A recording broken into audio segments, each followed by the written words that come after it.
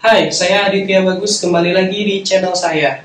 Pada video kali ini, saya akan menjelaskan dari judul yang telah diambil pada deskriptif pada mata kuliah metodologi penelitian.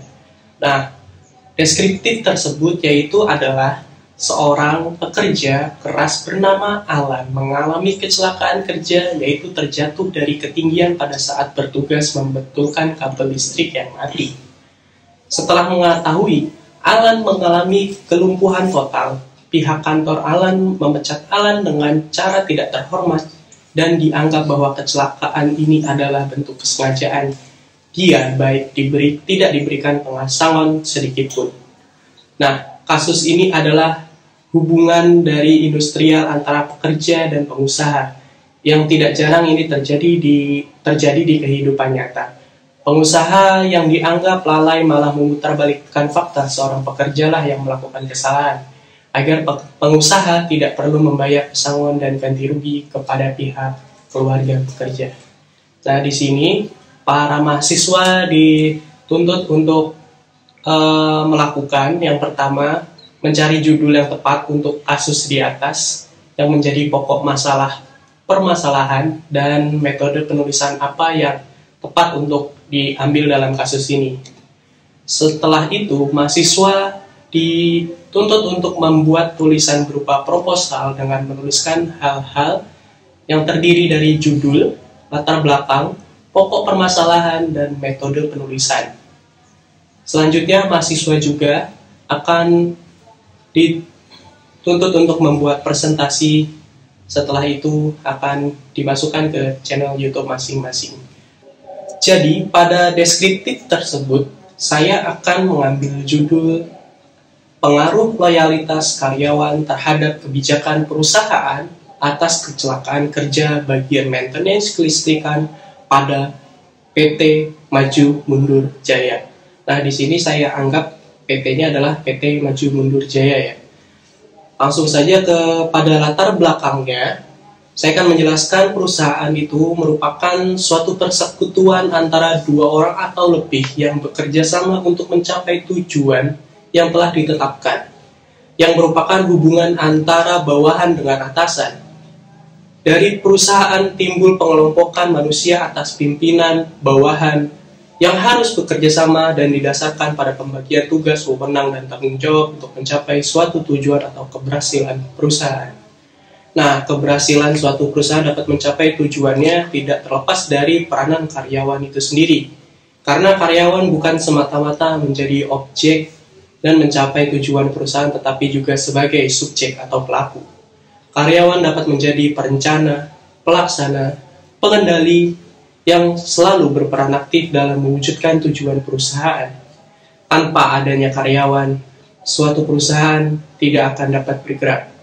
Namun di balik peranan karyawan tidak akan terlepas dengan dari kebijakan yang ada pada suatu perusahaan, di mana kebijakan tersebut yang akan mendorong loyalitas karyawan dalam bekerja untuk memberikan performa dan hasil kerja yang memuaskan. Nah, kebijakan perusahaan ini dapat memenuhi dan mematuhi hukum dan peraturan perundang-undangan yang berlaku, termasuk di dalamnya pemenuhan hak-hak stakeholders, keselamatan, dan kesehatan kerja. Nah, pemenuhan hak-hak tersebut merupakan kewajiban atau kebijakan yang harus dilakukan oleh perusahaan kepada karyawan. Salah satunya yaitu kebijakan atas keselamatan dan kesehatan kerja jika terjadi kecelakaan kerja. Kecelakaan kerja bukan lagi hal yang tabu dalam suatu perusahaan, melainkan suatu hal yang mungkin bisa terjadi atau bisa dikatakan sering terjadi di banyak perusahaan. Salah satunya yang saya analogikan tadi di dalam PT Maju Mundur Jaya. Nah, ini merupakan sebuah perusahaan jasa di bagian maintenance kelistrikan. Suatu karyawannya mengalami kecelakaan kerja, yaitu terjatuh dari ketinggian saat bertugas membetulkan listrik yang mati. Nah, alih-alih perusahaannya memberikan kompensasi terjadinya kecelakaan, secara sepihak, perusahaan tersebut melakukan pemutusan hubungan kerja kepada karyawan tersebut tanpa memperhatikan undang-undang yang berlaku untuk memberikan uang pesangon yang layak. Namun sebaliknya, perusahaan tidak memberikan pesangon dan memutarbalikkan fakta jika kecelakaan tersebut sepenuhnya terjadi atas kelalaian karyawannya itu sendiri. Hal tersebut dilakukan agar perusahaan dapat terlibat sehingga tidak mengeluarkan pesangon maupun kompensasi atau kecelakaan yang menimpa karyawan tersebut. Dengan adanya hal tersebut, membuat loyalitas kerja pada karyawan lainnya akan menurun karena mereka beranggapan bahwa bekerja keras terhadap perusahaan menjadi suatu hal yang tidak perlu dilakukan. Mengingat bagaimana cara perusahaan yang saya analogikan tadi, yaitu PT Maju Mundur Jaya mengatasi kejadian kecelakaan kerja yang telah terjadi. Di sini dapat kita simpulkan bahwa pokok permasalahannya itu ada dua. Dari latar belakang permasalahan yang telah saya jelaskan tadi, dapat diidentifikasikan adalah sebagai berikut. Yang pertama, ada kebijakan perusahaan yang tidak relevan. Dan yang kedua, menurunnya loyalitas kerja karyawan di latar belakangi oleh kebijakan perusahaan. Nah, dari judul yang sudah saya ambil tadi, saya juga akan menerapkan metode penelitian, yaitu adalah metode penelitian kuantitatif. Nah, penelitian kuantitatif merupakan penelitian yang lebih menekankan pada aspek pengukuran secara objektif terhadap sosial. Nah, di sini saya memilih metode penelitian kuantitatif karena metode penelitian kuantitatif merupakan salah satu jenis penelitian yang spesifikasinya dan sistematis, secara terencana dan terstruktur dengan jelas sejak awal hingga pembuatan desain penelitian. Selain itu, metode penelitian kuantitatif merupakan hasil objek tanpa tercampur dengan perspektif penulis.